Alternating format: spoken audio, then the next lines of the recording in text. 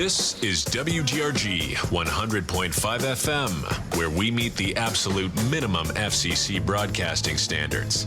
It's time to hang on and brace yourself for a community radio program that's frankly indescribable. Let's talk Geneseo. Two guys with nothing better to do on a Friday morning but to talk about our community. Geneseo City Administrator Brandon Meglin and City Alderman Keith Kennett. And yeah, nobody, and I mean nobody, puts the blah in blah, blah, blah like these guys do.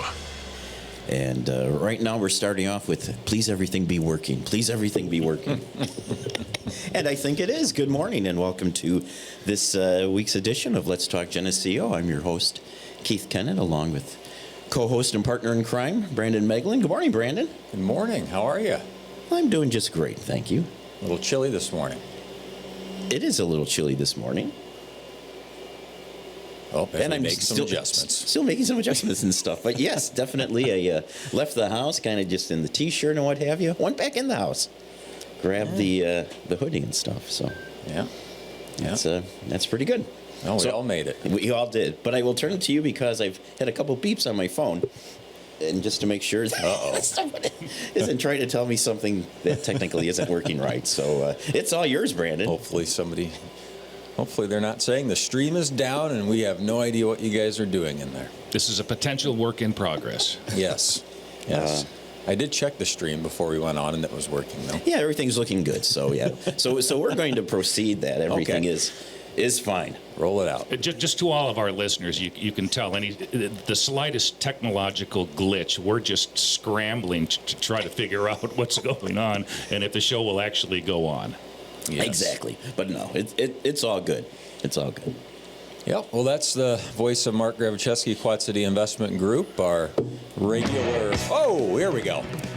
A little bit louder, Keith, please. Yeah, come on. This is Rush. Neil Peart on the drums. Thank you, sir. Thank you. We'll have a Headbangers Ball later on. You know, it doesn't matter how many times we have Mark in, I still forget to pause, and that Keith's going to be jamming out the Mark intro music before we proceed on to the next question. But it was slightly delayed this morning because I actually had forgotten about the intro music until we came in with it a little hot. So anyway, So now all is well. Yeah, we're also joined by Wyatt Breezer, the CEO of Hammond Henry Hospital, with us this morning. Good morning, Wyatt. Good morning. Thanks for having me. You don't have any intro music yet. I was going to say, I feel like we all need our little intro music. I don't know. I think for me, it'd probably be something Garth Brooks or there you go, Keith. Maybe a little nitty-gritty dirt band or something. Okay. Well, we'll work on that. Did you take recommendations for intro music now? Yeah, it is helpful because, intro music is a very personal thing, yes, Mark, as you know. Is. See, so, Wyatt, like the first year and a half, it's like, Keith, every time I come on here, I'd like a little bit of intro music, maybe a little bit of Rush, maybe 2112 Overture, a little Neil Peart on that drums. And lo and behold, Keith came through for me. Right. Thanks, buddy. Nothing like a little shot of Peart in the morning. Oh, yeah, that gets, gets you going. Yeah, the thing, just don't be in a rush. And no unintended tie in there, but we'll get to it eventually. Yeah. We have a list. Shame on you, Mark, because, you come up with these ideas and now everybody wants intro music, and Keith's plate just keeps filling up. He needs 6 hands to control all the different things we got going on in this room. Yeah, if I can plan for it, it isn't that big a deal. It's just pushing buttons and hoping. Yeah. Yep.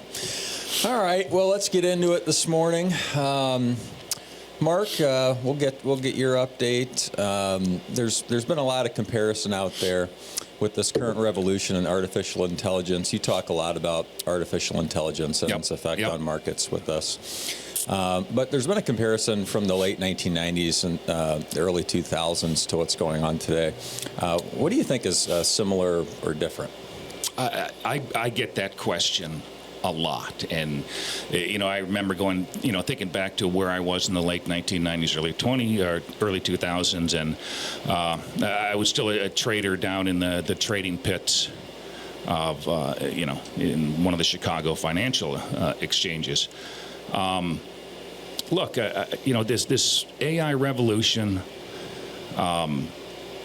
in my opinion, is All right. And we'll let Mark catch his breath. Yep. Sorry. Okay, no, that's fine. Frog in my throat here. And you think back to that time period, and you did see this tremendous surge in technology. It was, the advancement of computers, cell phones, the advancement of the internet, and in my opinion, it's AI is much more profound. It's this untapped potential of what AI can bring to the economy, global economy, and I just think it's much bigger than what we saw in the tech revolution back in the late 1990s. Gotcha. So what do you think with artificial intelligence, what is Wall Street focused on, which is going to impact the economy moving forward? Well, again, I think you look back at Amazon, comes out a couple of months ago and says, we've just added our 1 millionth robot within our global network of warehouses and distribution centers. And Amazon now employs more robots in those warehouses and distribution centers than it does human employees. And you look at SpaceX and what Elon Musk has done. For all intensive purposes, Elon Musk's SpaceX has replaced NASA. And what is Elon Musk and SpaceX using? It's the most advanced AI chips and technology. Mm-hmm. And so when you look at Wall Street, yeah, obviously it's the most advanced AI microchips. It's robotics, humanoid robotics, quantum computing. But in my opinion, over the next 12, 24 months, what really fascinates me is just this continued push towards robotics. And I was listening to some, conversation maybe the other week, and maybe it was tongue-in-cheek, maybe it was maybe a little bit of truth for it, but the guy goes, look, we're going to get to a point in time where, the robots are going to be building the factories where the robots work. And it just, it's kind of a profound statement. And it kind of goes back to that untapped potential of artificial intelligence. And in my opinion, we're just at the tiniest of micro scratches of this untapped potential of what artificial intelligence can bring, not just to our daily lives, but to the economy, global economy. I think it's just a fascinating time. And when you make that comparison back to the late, excuse me, I got a sore throat or something, late 1990s, early 2000s, I think it's just what we're seeing in artificial intelligence is just so much more profound and significant. And, not to throw dust on that tech revolution we saw in the late 1990s, early 2000s, but I think we're talking apples and oranges right now.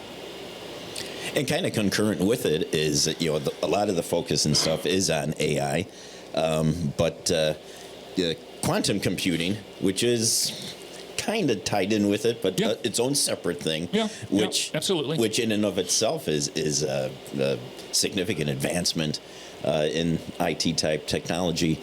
That's happening concurrently too.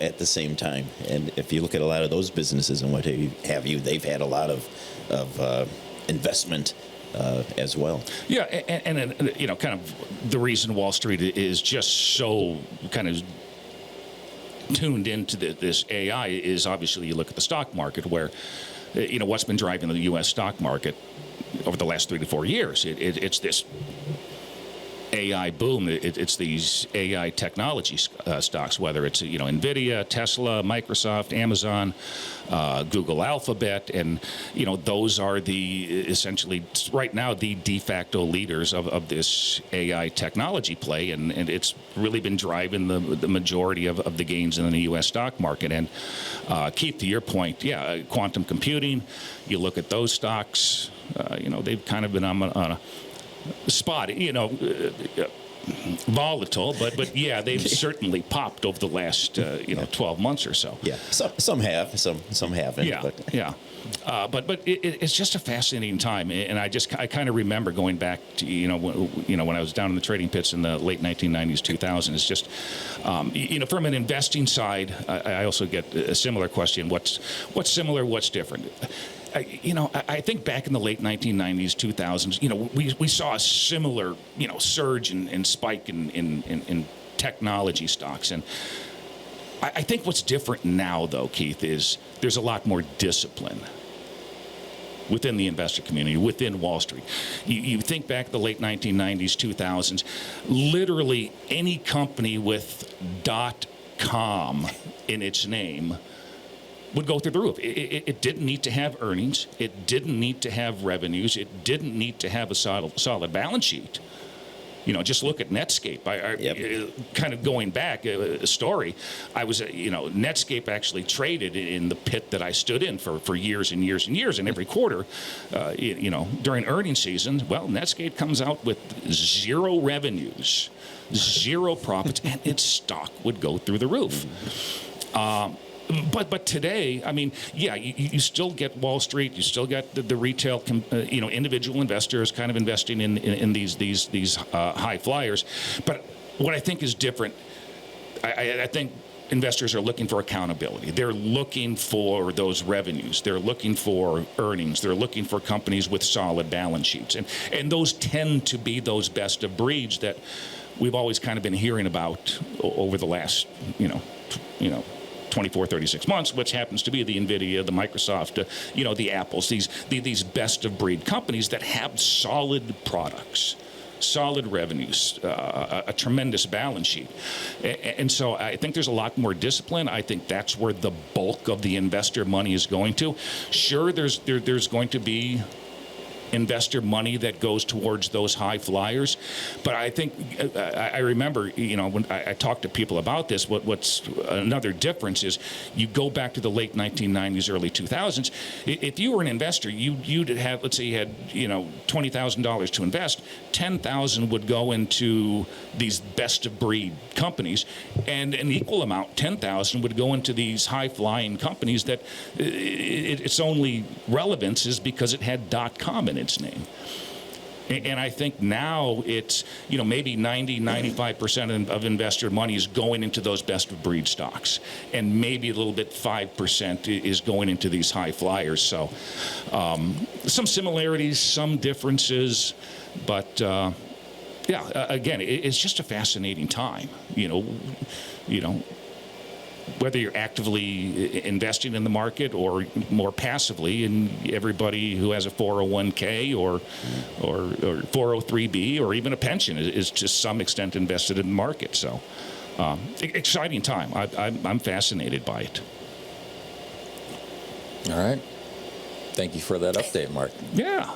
Awesome. Great to be back. Yeah. Sorry about the little frog in throat or something. We'll let you get a drink here. Thank you. And thank you, Mark, for communicating and scheduling Wyatt to be with us today here in the studio.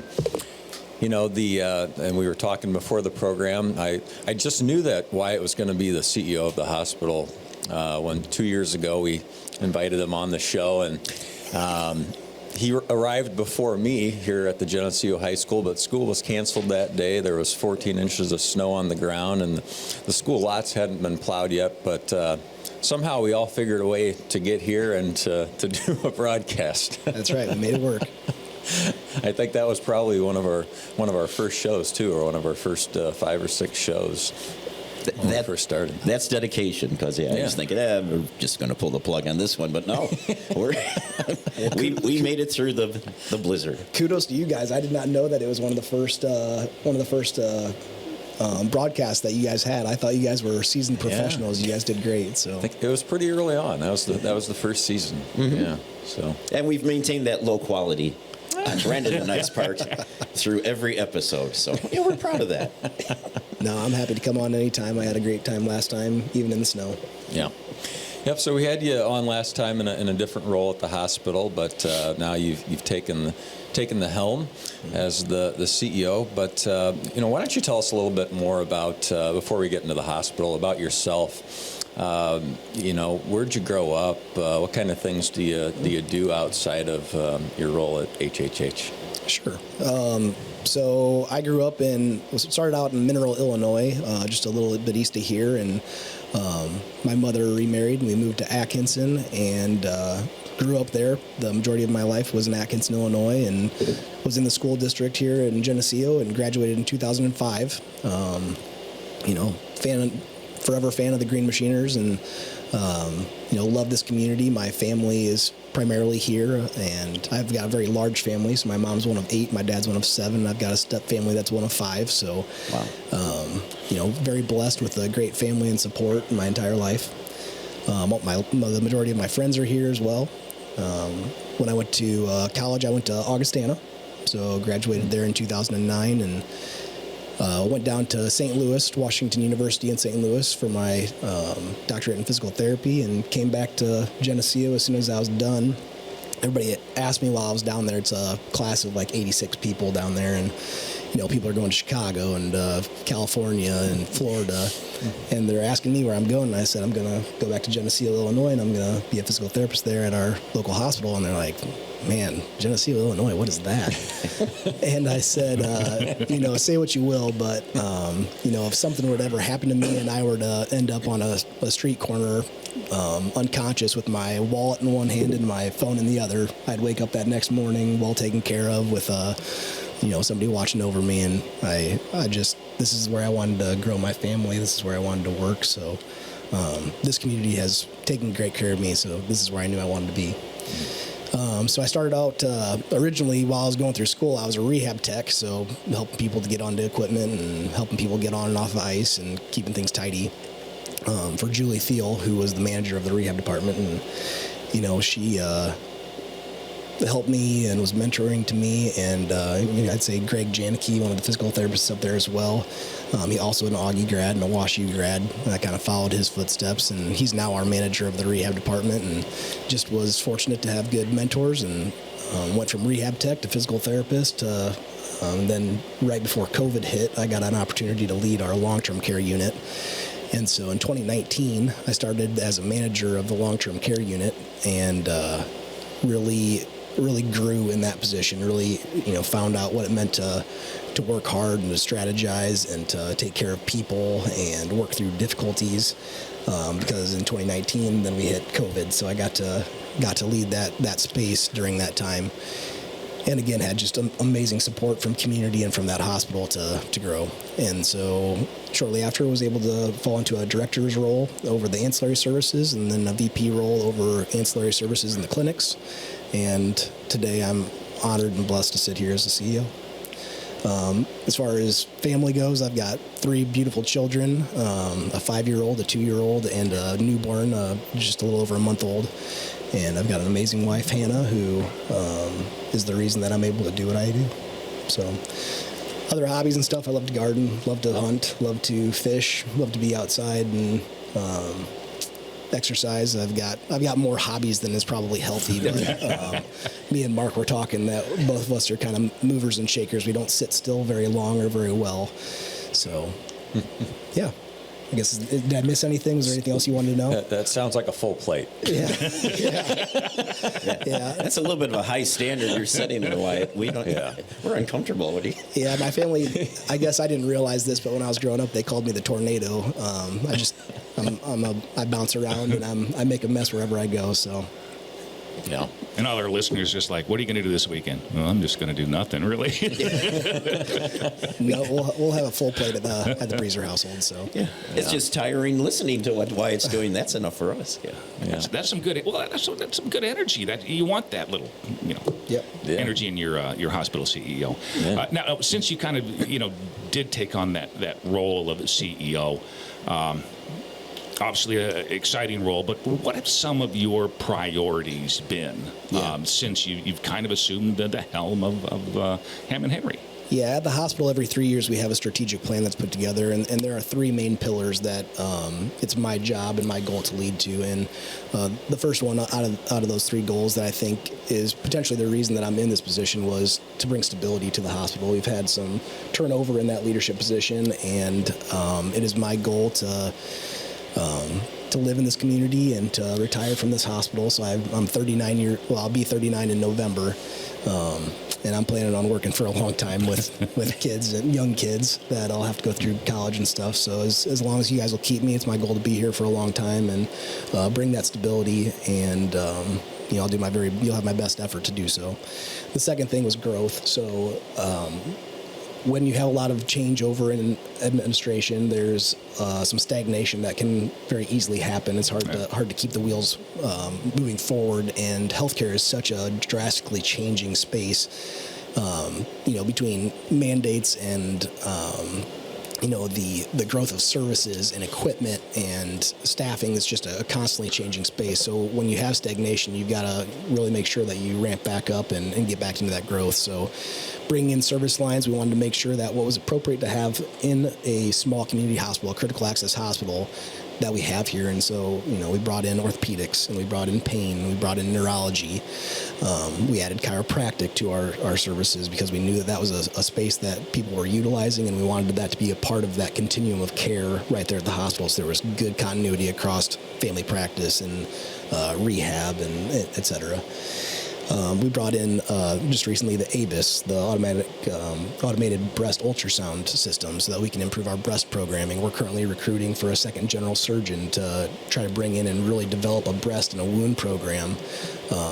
So identifying those things that are appropriate to have at a critical access hospital, things that we can do and do well, and we're trying to establish those kind of those anchoring things that allow people to say, I don't have to go to the Quad Cities to get this service because I've got great service right here in my community. We've done over 500 joints at the 500 knees at the hospital. Just this past year, we passed that 500 threshold, and I think that we have established ourselves in a lot of different ways and in a lot of different programmings. Our physical therapy space is amazing. Offers aquatics and pediatric programming and Parkinson's programming, women's health, vestibular. The things that we know will help our community, we are always interested in bringing. And that second pillar was growth and making sure that we brought those as efficiently and as high quality as possible. One of our vision is medical excellence close to home. That's what's one of our taglines. So we want to really make sure that we keep that medical excellence close to home, and we have that repertoire that really fits what our community needs.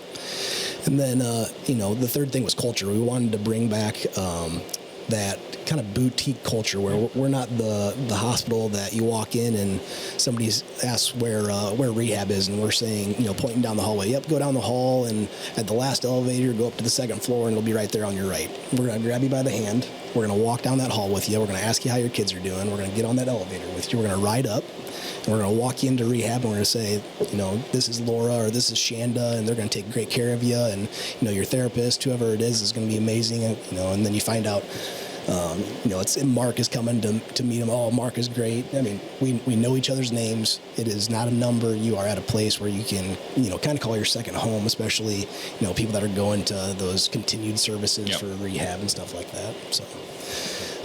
So those are the three things. We wanted stability, we wanted growth, and we wanted to build a culture back to that hospital that really felt like we were welcoming to our community, and they knew that as soon as they walked in that hospital that they were with people that cared.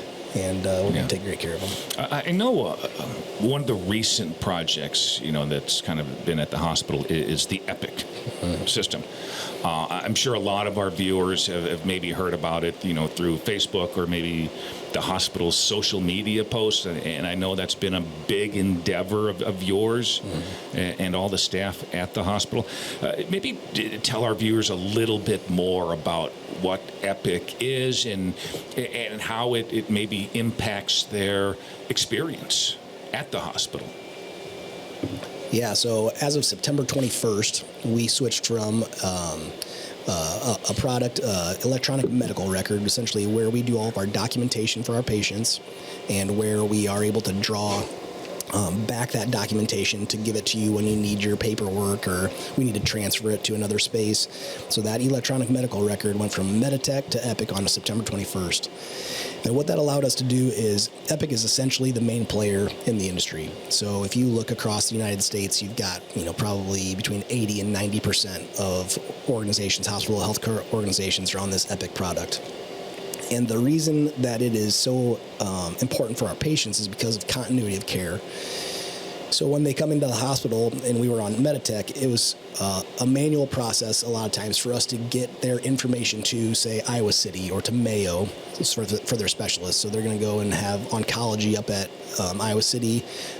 They need the labs that they received in Geneseo to flow over there, or their images or whatever it may be. That manual process took time, and it was sometimes a headache for that receiving hospital to then upload it into their Epic program. Well, now we have the ability to essentially, at the touch of a button, get all of that information to Iowa, to Mayo, to Chicago, UIC, wherever they're going, to Rush.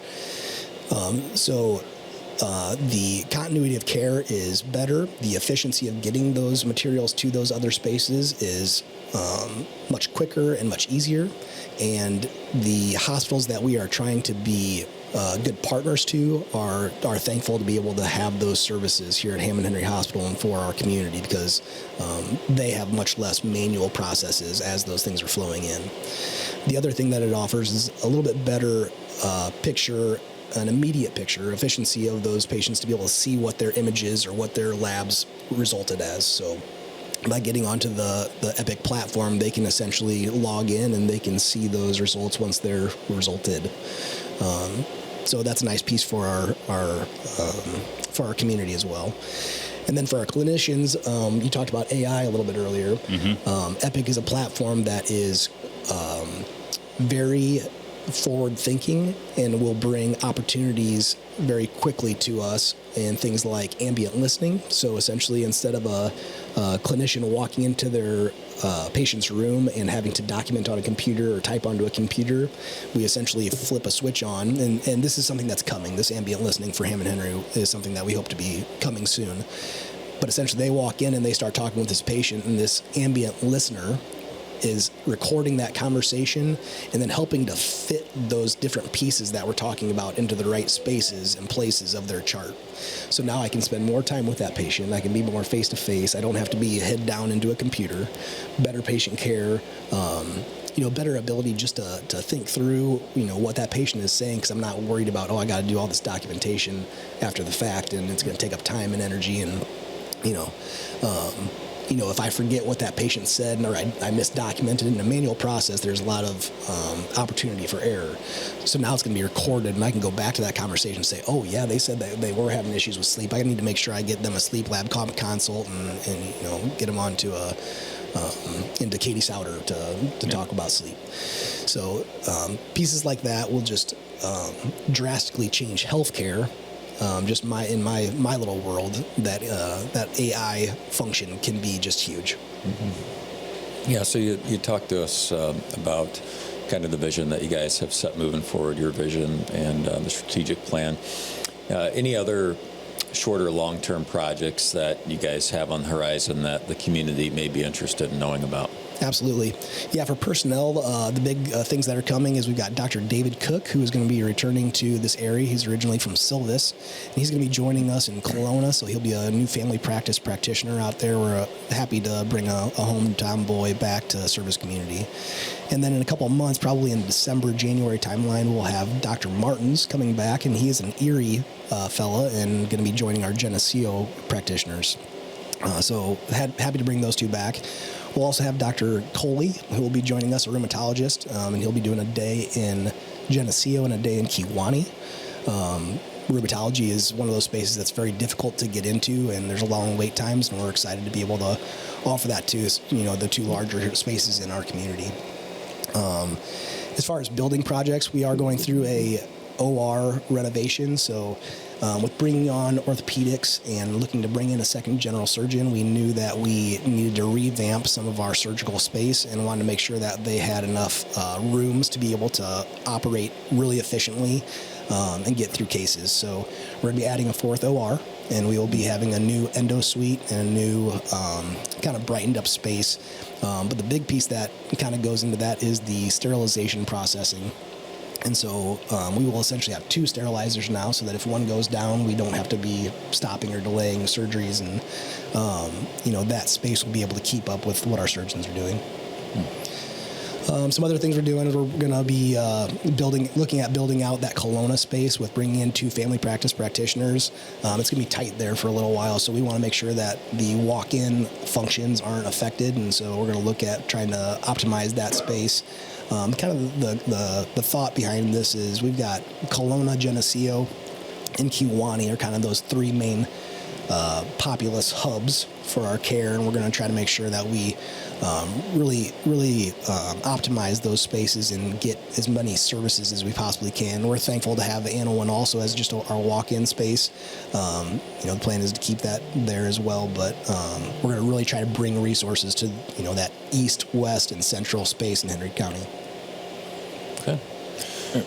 I'd like to, one last thing while we have Wyatt here is, maybe a lot of people haven't heard about the foundation. Maybe kind of give our listeners a little bit of a background of the foundation, its role, and more importantly, if towards the end of the year, if anybody wants to, maybe has some charitable giving and how they can possibly donate to the Hospital Foundation. Yeah, let me just start by saying that one thing that sets the hospital in Geneseo, Illinois apart from a lot of other spaces is that they have amazing community support, and that is personified out of our foundation. So Katie Orwig is our foundation manager. She does a phenomenal job of bringing on fresh ideas for fundraising and making sure that we are in the community. She also leads our community team, or essentially our team that goes out to the community to make sure we're providing education and platforms for people to become aware of what we have going on at the hospital, and also just to give back. So she does a phenomenal job, but we are fortunate to have an amazing foundation board that handles money in a responsible way to make sure that on an appropriate cadence, the hospital is given funds to grow services, improve spaces, improve our ability to recruit. And essentially that foundation is a separate entity that allows us to invest and make sure that we can keep kind of a safety net or a space that allows us to tap into when we're in need. And they do an amazing job. And the reason that it does so well is, again, because of our community. So if interested, you could contact Katie Orwig over at the hospital. Obviously, we always appreciate donations, and we again have an amazing board to that foundation that oversees that money responsibly and makes sure that it's put to good use. But yes, if there's any interest, Katie Orwig is your person to reach out to. And again, I thank all of the people that have been generous with their time and their money to that foundation, so that we can have that opportunity in Geneseo to keep our care excellent and close to home. Our mission is quality services and growth here at the hospital. So. Yeah, I know Katie does just a tremendous job with the foundation. So, yeah. Yep, absolutely. All right. Well, Mark, Wyatt, thanks for being here. Great to be here, Thank you. guys. Appreciate it very much. We'll turn to closing commentary. Keith, we have a council meeting. It's a committee of the whole meeting coming up on Tuesday. Start to do official budget review and move into that process as we close out and finalize the year here. I did want to mention, especially with Wyatt here today, that the Geneseo Police Department is, you may have seen on Facebook, they're selling Halloween-themed police department patches to the public for $10 a piece, and they're also they still have tickets available to win a quarter cow. I believe they're giving away two different sections of a quarter cow. I'm not sure how to phrase that whole. You're doing great, Two Brandon. sections of a quarter cow. And so that's an eighth of a cow? I'm going with Mark. I don't know. I'm just.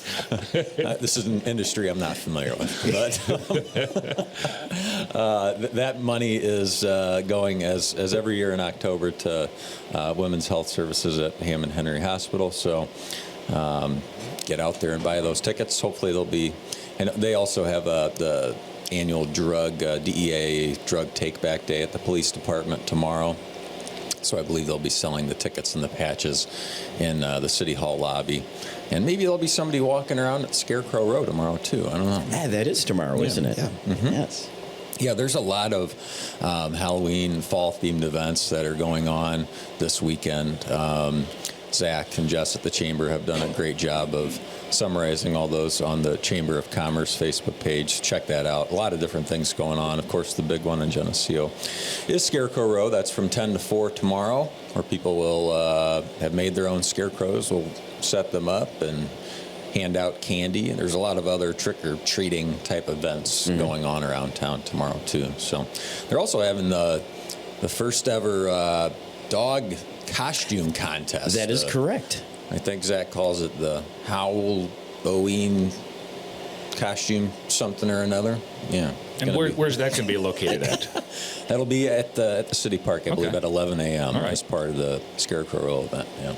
I would be remiss to say that we do have the trick or treating in our long-term care is tomorrow, starting at 3:30. So if you're interested in coming to the hospital with your children, the long-term care residents love seeing the kids in their costumes, and they'll be lined up in the hallways just with candy on a table that the kids can come up and grab. But if that interests anybody, we would love to have you at 3:30 tomorrow at the hospital in the long-term care unit. Very nice. There you go. Very nice. Go to the park and then make your way down to the hospital and visit with those folks.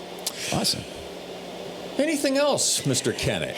I think that's about it. A little interesting thing that I'll share, but we were talking about back in the day and the internet starting and all that earlier. But I've started the process of from 1994 to 2002. The JCs, of which I was a member, we created a monthly Geneseo television program called JCTV. And we just kind of highlight things that were going on in the community. Well, over the years, these actually are, we have interviews with people that are no longer with us, and you get a perspective of when we still had the old junior high building and built the indoor pool. I love that building, by the way. Went Yes. there. Fantastic. And but one of the things, though, is we had an interview in 1995 over at the phone company when they were just starting to provide internet service, and they were doing an introduction on, I think it was Willis Andel was doing the interview, and he says, what exactly is the internet? and that was in 95, and they were showing you it was state of the art on, and it was just this incredibly basic program, but it was like magic, and they were trying to explain email. 3 minutes, the prompt finally comes up. you had to dial up, and I think it was, the premium service was $56K and all that stuff. But anyway, it really, though, was incredible to think about how really the world changed. And you could argue mostly for good, but in some ways maybe not so much. But how that really opened the door and now has become you grow up today or what have you. You couldn't imagine not having it. And I tell you, I mean, obviously, I've been in finance most of my life, and I traded and lived through that initial revolution back in the 90s, 2000. Just from that brave new world that we're approaching at some point. It's fascinating, and so.